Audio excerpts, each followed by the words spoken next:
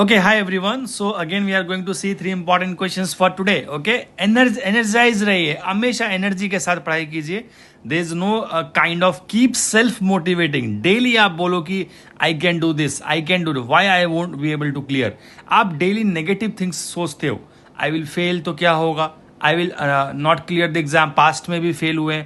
अगर इस बेसिस पे कि आप पास्ट में फेल हुए हो और फ्यूचर में भी फेल होगे, इस बेसिस पे कोई भी लड़ाई नहीं लड़ी जाती है. Right? Always every time we lose a war, हम फिर से अपनी चीज़ों को प्लान करते हैं और फिर नई डायरेक्शन से अप्रोच करते हैं. एक वॉर अगर है तो उसको एक तरीके से लड़ोगे तो सामने वाला जान जाएगा. राइट? कि आपका स्ट्रैटेजी क्या है. अगर वो अपनी स्ट्रैटेजी बदल रहा है तो आपको भी रेडी रहना पड़ेगा. Right? So that's a simple concept. अब पहला क्वेश्चन अगर आप देखो यहाँ पे, it's talk about the hydroponics. ठीक है, अब आप सभी को पता है hydroponics somewhat relate to the growth of plants using a water based nutrients, है ना. It's a hydroponic, it's not very difficult term, आपने पढ़ा है ये पहले भी. अब इसका जो पहला है that is a definition. So definition of any term is very very important.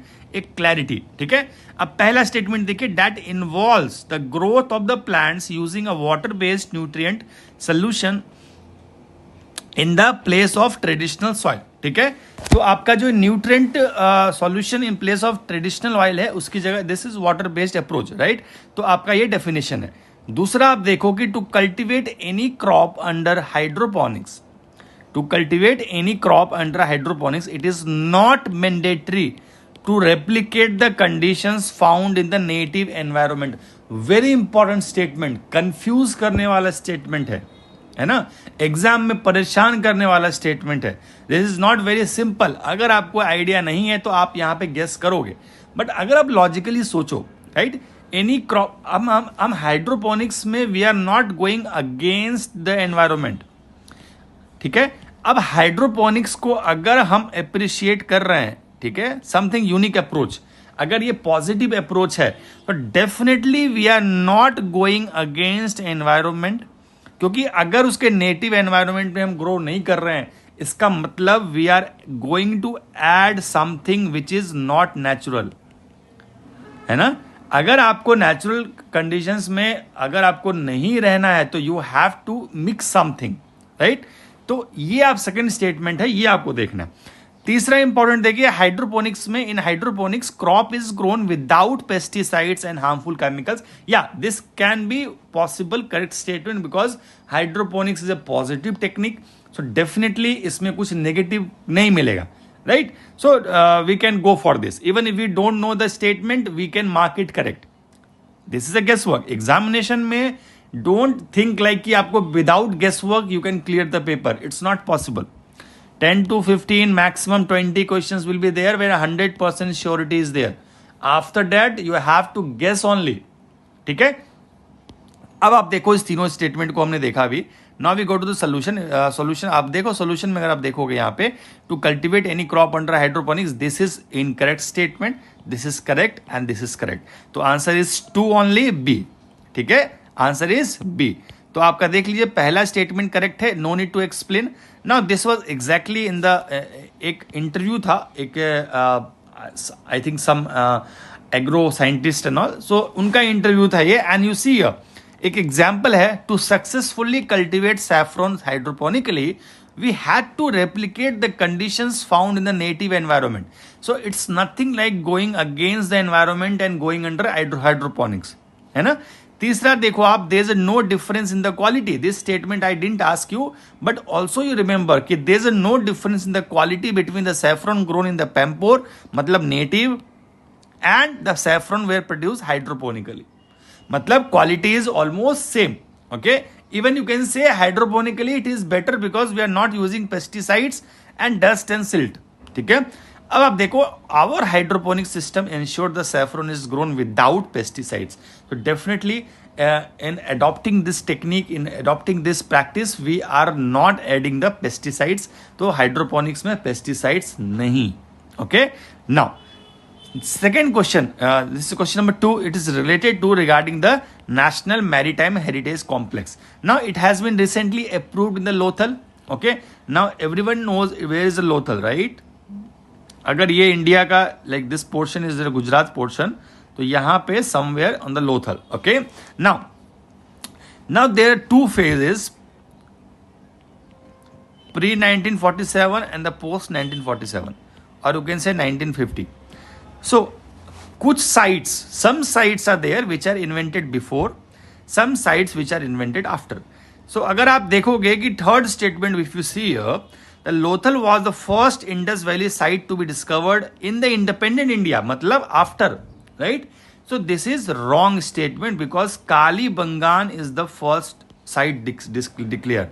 Okay, so it's 1953 if you see that it's Kalibangan, and 1954 it's Lothal. Then we have Rakhigari and then Dholavira, right? अभी मैं solution में आपको दिखाऊंगा, right?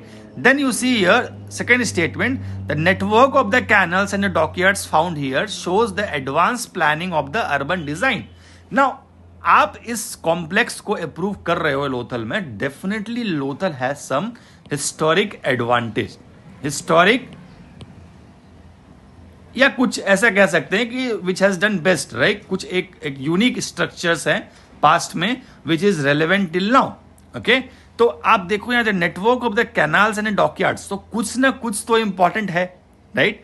Definitely. So in your prelims examination that if such statements come, definitely don't think कि कुछ ऐसा नहीं है, definitely some importance is there. अब this is what you will remember और not, it doesn't matter, you will mark it correct because आपको वहां का एडवांटेज दिया गया है. So definitely there are lot of things going to be excavated in the future, और अगर कुछ मिला है तो ये भी मिल सकता है. तो आप इसको पॉजिटिवली करेक्ट मार्क करोगे एग्जामिनेशन में ऐसे स्टेटमेंट्स को, ठीक है? Now first statement is a normal part of the old trade route linking Sindh to Saurashtra in the Gujarat. ये फैक्चुअल है, ये फैक्चुअल है. गुजरात हमें पता है बट समथिंग इसके बीच में है, तो डेफिनेटली इसको, इस स्टेटमेंट को भी हम करेक्ट मार्क करेंगे अगर हमें नहीं आता है, because something related to Gujarat is there, है ना? अब आप देखो यहां पे कि answer is A, answer which says 1 and 2, मतलब it's a part of the Sindh and Saurashtra and is a network of the canals and dockyard. The third statement is wrong because if you see the solution then the some sites discovered after independence, and those are Kalibangan 1953, Lothal 1954, Rakhigadi 1960, and then Dholavira, फिर बानावली, फिर सुरकोटता. Okay, और उसके पहले की आप चीजें देखोगे तो हड़प्पा, मोहनजोदारो, चनुदारो एंड सुतकनगंडोर. ओके, तो this is what all about the pre and post. अब पहले की चीज देखोगे, this is directly taken from the PIB, this complete paragraph from the same news. Okay, you see here the network of the canals and the dockyards found here shows the advanced planning. This is second statement is correct. ठीक है? First statement linking Sindh to the Saurashtra in Gujarat, तो first statement is also correct. So basically first and two are correct and third is incorrect. Clear? Now moving to the last question for today is very easy. It's not too difficult, but examination में ये difficult होगा. Okay, what are the focus areas of the United Nations Population Fund?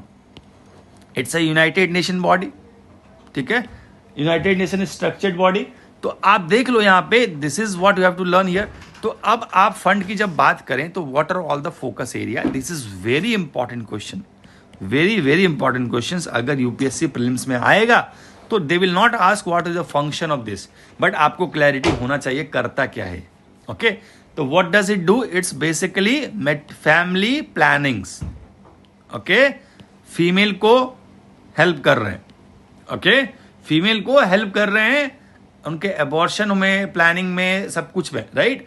So it's that kind of work ही is doing, right? This body is doing. Now आप देखो, reducing the maternal mortality, yes, by using the good techniques and giving the right direction, they are definitely trying to prevent the maternal death. ठीक है? Now combating the gender based violence, because अगर आप कहीं किसी के tradition में interfere कर रहे हैं तो definitely there is going to be a repercussion, right? तो आप देख लो कि चीजें बदलती हैं जेंडर पे, तो इट्स लाइक फीमेल. आप भी आज भी अगर आप देखो तो there are so many areas in the rural areas where these things are very prevalent, right? तो दिस इज अ मिलता जुलता statement. Third statement, vaccination. Immunization, okay, immunization, तो this is incorrect, family planning is correct. तो अगर आप इस question में देखो, first, second and fourth are the correct statement, और ये वैक्सीन का काम नहीं कर रहे हैं। This is not, this is the UNICEF and other organisations work, okay. Now this is not the work of the population fund, United Nation population fund. So answer to this question is 1, 2 and 4, and this was in news here, this was in news here. So honors India's leadership in the maternal health and the family planning, okay, this is recently, it was in news. तो आप देख लो यहाँ पे इनका गोल क्या होता है population fund का, एंड इट्स एस्टैब्लिश्ड बाय, थोड़ा सा मैंने इन्फॉर्मेशन दे दिया है, you can work here, okay. Now for more questions go to our website, solve कीजिए, इंटेंस प्रैक्टिस स्टार्ट कीजिए। This is not a right time for you that are your delaying prelims practice. Now start करो, side by side start करो, because you will take time to gain momentum, right, you will take time to gain momentum. Easily ये develop नहीं होता है, ये आप समझ लो अभी, नहीं तो फिर बाद में आपकी मर्जी है। चलो, thank you so much, we will see next question from tomorrow. Now I will be very regular. I was busy for the next 7 days, last 7 days. Now I will be very regular in publishing this. So thank you so much. We will see important questions tomorrow.